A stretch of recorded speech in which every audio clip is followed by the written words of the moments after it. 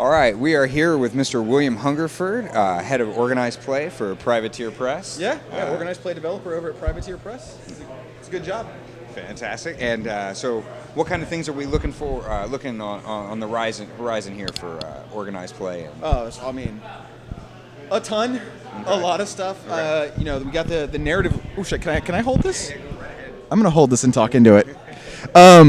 So right now, the Narrative League Crossroads of Courage has been the big thing with the character Holden that we've introduced. That the players are the hero, the coward, and the courage, and the way that players get to shape his fate.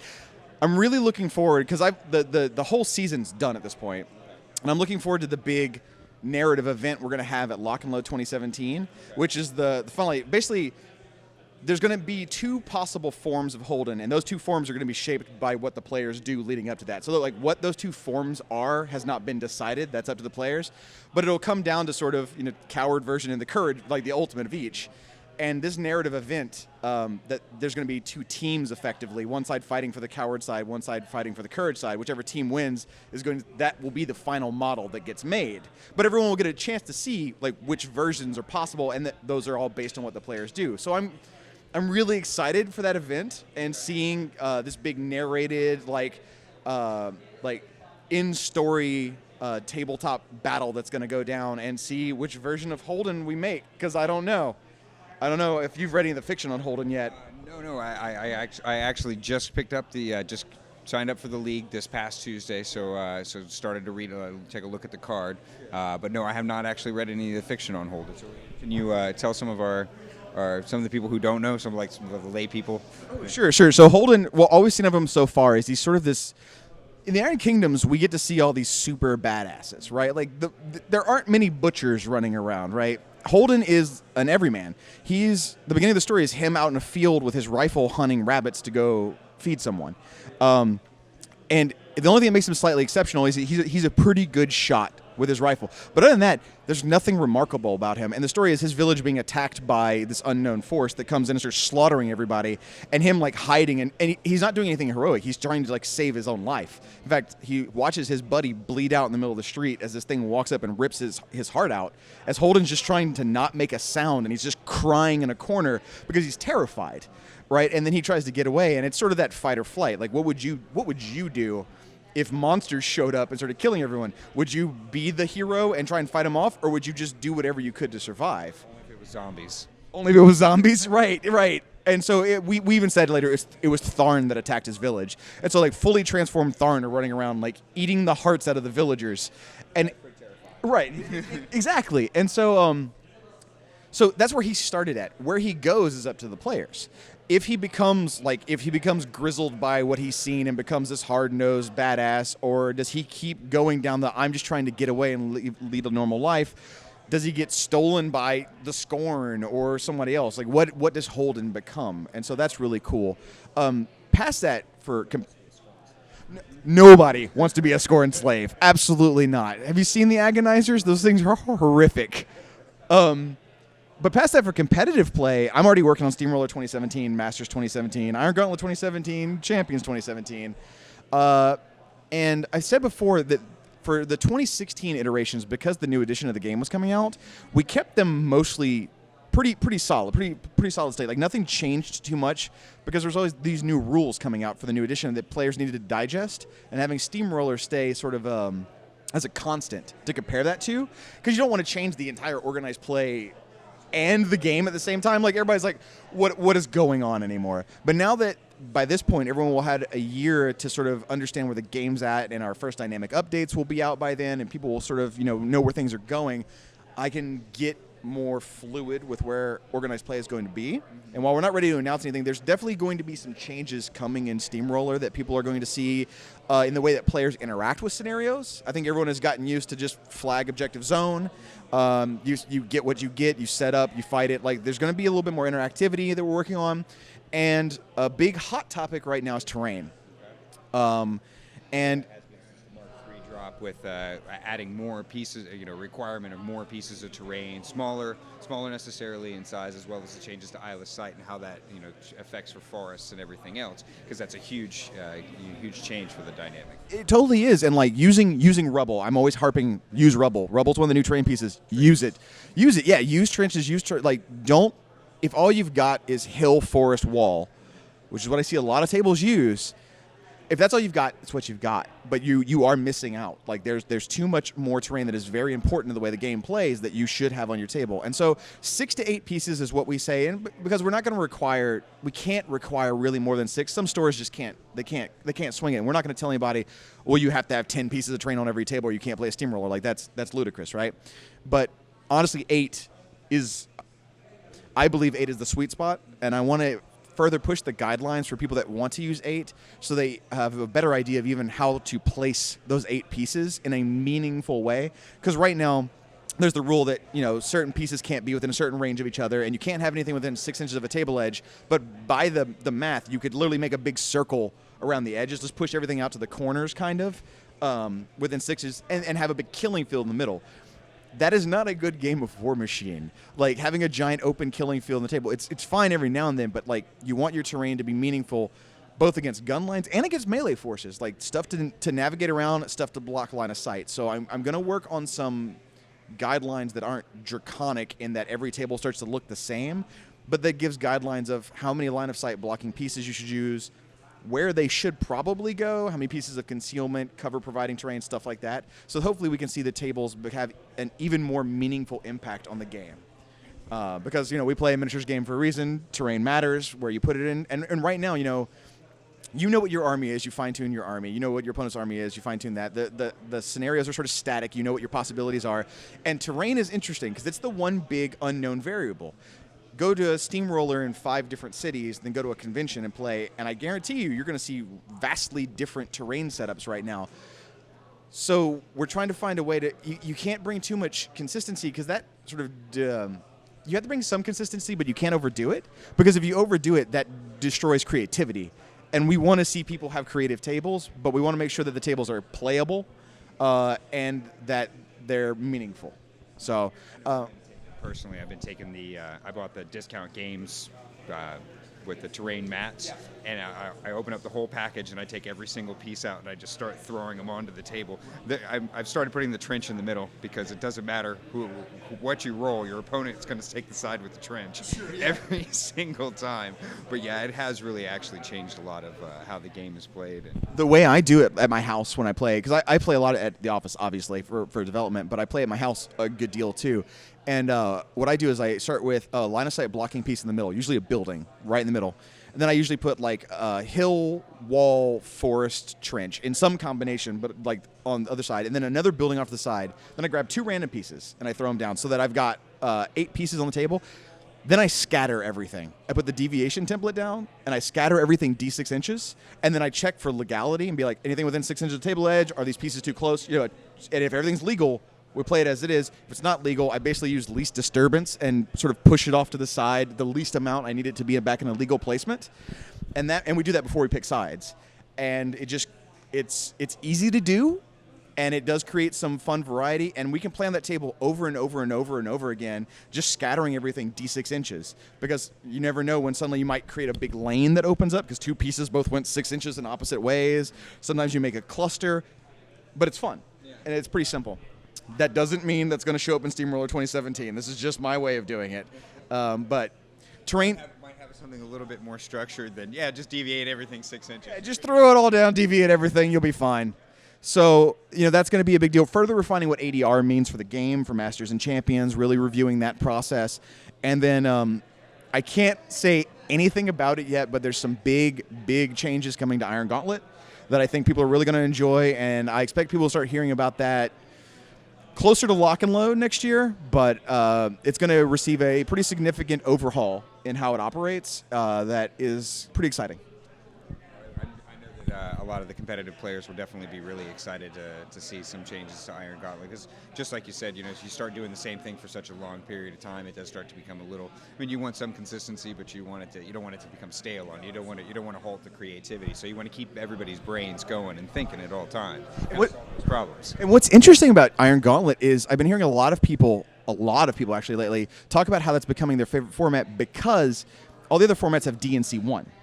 You can get list locked in those. Now that the Gauntlet rounds in Iron Gauntlet don't increase in value, but you can still only build out of what you've played, you can play. It's a 3-list format, but you can play one list the whole time. That just means if you get to the Gauntlet rounds, you can only build that list. But it's effectively soft DNC. It means you can go in and always choose your best matchup until you get to the Gauntlet rounds. If you didn't use any variety, then you are list locked into what you decided to play. But if you do 2 lists at any point during the event, then you're pretty well off during the Gauntlet rounds. You don't even have to hit all 3. And so for people that really, really hate being list locked, like utterly list locked, I'm hearing a lot of people like that, and so I'm definitely reviewing like what they like about that and how we can refine it to make it streamlined, a little bit smoother, and make it more accessible for people. That's one of the things I really liked about the active duty roster and Masters format is even if created less stress for a list locking because of the fact that especially me I play Scorn, so having I have all these toolbox of stuff that it's like, oh, I need this piece, and then that works out so well for factions like that are really, really factions like Encircle, and where it's just the synergies and convergence where it's just so important. Right. It's like that one little niche piece can change the whole thing. Yeah, absolutely. And also just reviewing what specialists mean for the game and ways to implement them. I know a lot of people have asked if they want baseline Steamroller to have specialists. Like they would love for Steamroller to be one list with specialists. The honest answer is I would not expect that. And here's why. Yes, it is very good in a certain area, but Steamroller is meant to be the entry level into tournament play.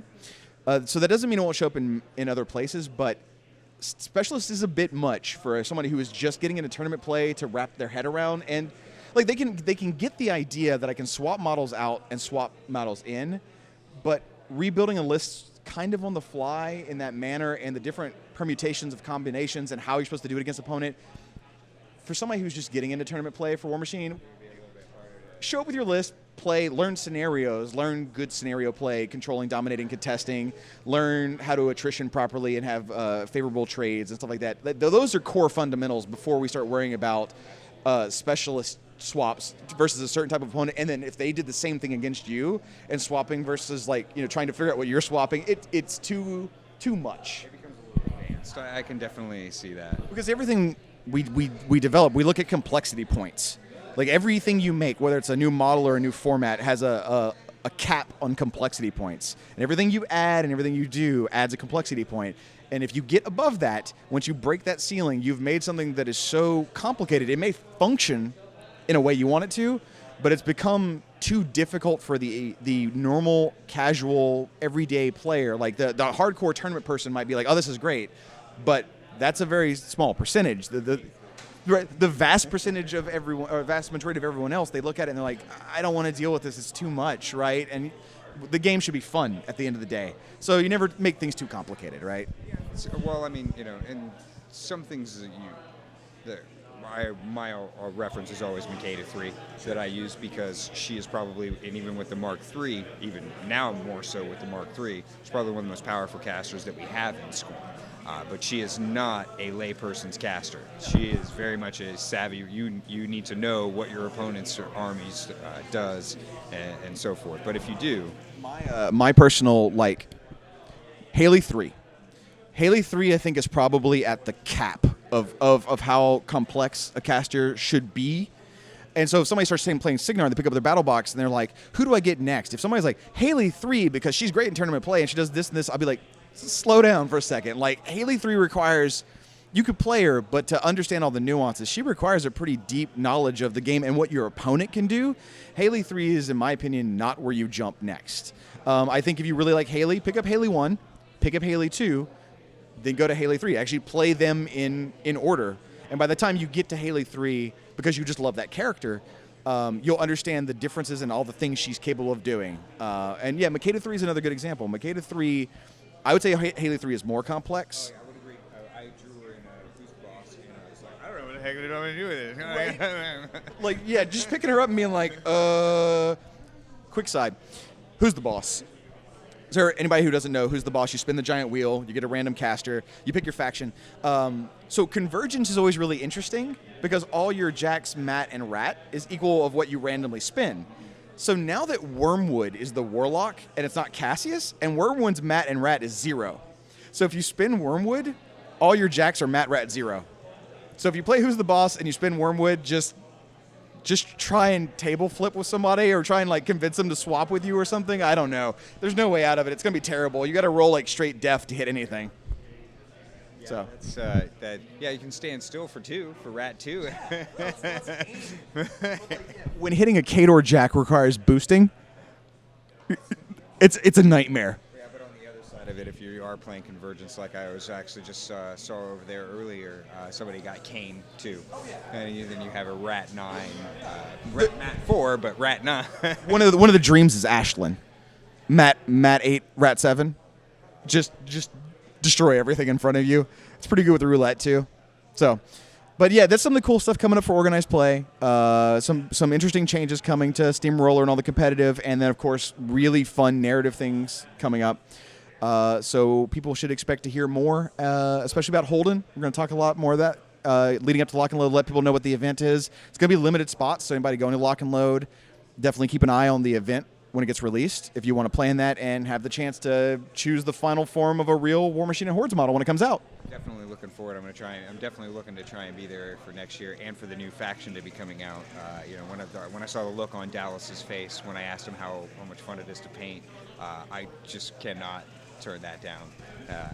What was I going to say? Yeah, you're saying as far as the fluff. Now you have the command books coming. We have the command books coming out in starting in December. Yeah. So yeah, outside of organized play, one of the other main things I do is work in the game development on War Machine and Hordes with the team of Oz and Souls and Jack and everybody we've got. And so the first command books are dropping this December, and this is really exciting because this is going to start leading the way forward. So quick overview for anybody who doesn't know how it works. When Mark II came out, we did the Forces books, which was sort of everything that had been released up till then. And then we did the anthology books, which would be everything for War Machine, all the factions, then everything for Hordes, and those continued the story back and forth. We're doing it completely differently this time. So there's the command books for every faction except for Convergence, Mercs, and Minions. The command book is the foundation. It's all the Warcasters, all the Warjacks, all the Warlocks, and all the Warbeasts. The support pieces, so in the Protectorate command book, there'll be choir, stuff like that. And then sort of pieces that don't necessarily fit into a very specific theme or that fit across all themes. So a good example of this would be something like, you could imagine Idrians. Okay. Idrians aren't Exemplar or Flame Guard or, like Reclaimers and stuff like that. They're sort of their own thing, right? So, yeah, and so when the command book comes out, you can imagine that Idrians will be in there. The Khador command book, Widowmakers, Cossites, right? There's no other Widowmakers other than the Marksmen. There's no other Cossites, really.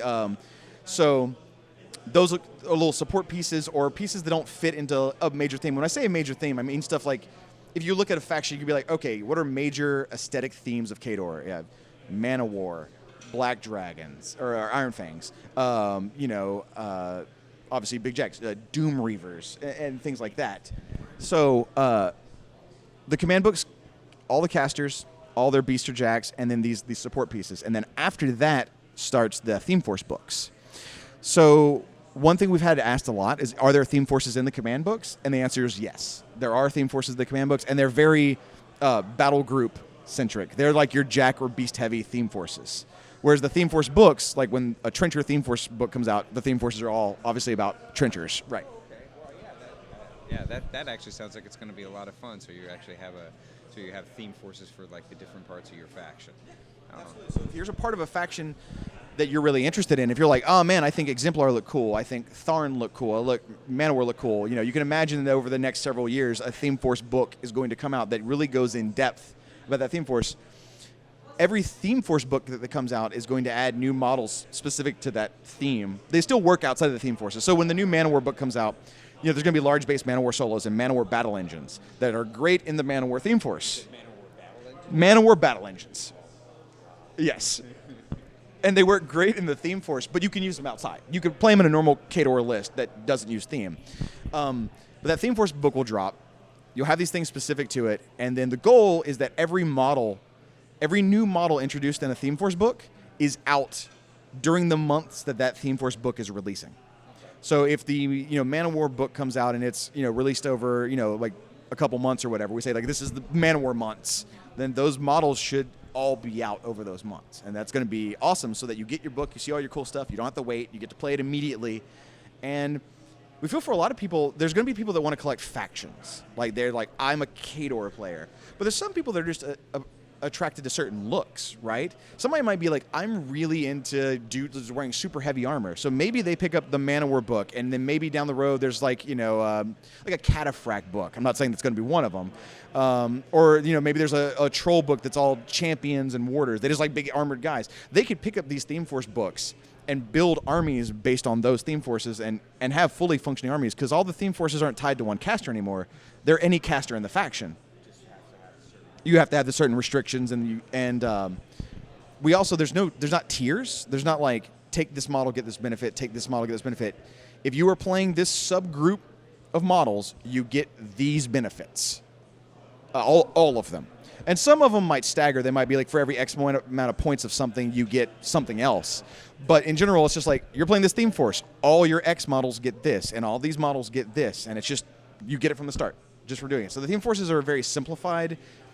And they're what they sound like. They are thematic forces. They are tied after a certain part of the army. So you don't have to remember a million different things for different theme forces coming out.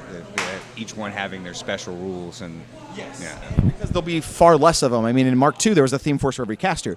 Some casters had multiples. There's over 100 casters in the game.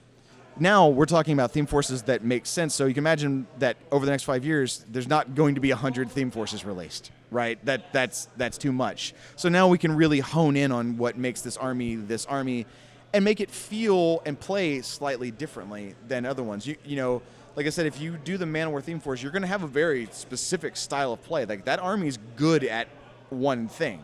It's got its strengths. And it's got its weaknesses. And it's good for an army to have strengths and weaknesses, right? And so further defining that, like the weaknesses of a Manowar army may not be the weaknesses of a Khador army. And the strengths of a Manowar army may simply be some of the strengths are Khador, but just dialed up. And you just may want to focus in and be like, I'm really good at this thing. But in doing so, I trade off and I've lost these other benefits and or I've gained these vulnerabilities, right? Because you can imagine a Manowar army, it's probably not very fast, right? It's probably going to it's going to be real tanky.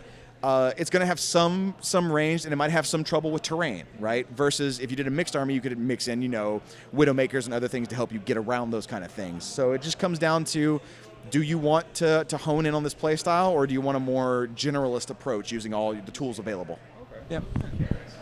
Well, I like how we just hand this off back. This is working really well for me, by the way. I'm getting we got to wrap this up. The boss just came by. And said, but was there any other last pressing questions you had? No. I think that's it. I think any other questions that I wanted to ask, you wouldn't be able to really answer for me. Is there anything else that you want to add to it? Man, there's so much I want to add, but we just got the note that we have to wrap up. There's so much more I would want to talk about. So you only play Scorn right now, or do you play other things? I only play Scorn. I only play Scorns currently. I am picking up a small amount of Signar, but that's not to play. I'm playing, but that's just because of the fact that I need to play them and know what they do. Who's your favorite Scorn caster? Makeda 3 was always one of my favorites. Epic Zal. I'll break it down for you. Who's your favorite caster aesthetically, fluff, and gameplay? So aesthetically, what's the best look? That would be probably Epic Zal. Epic Zal, okay, fluff. Makeda. Makeda, just overall. Makeda overall. I just finished the Instruments of War book, which I thought was really fantastic. Yeah. But be Makeda 3 for play style. And play style as well. Yeah. But it's interesting you say fluff. That's one thing I want to add. We're talking about these new Theme Force and Command books.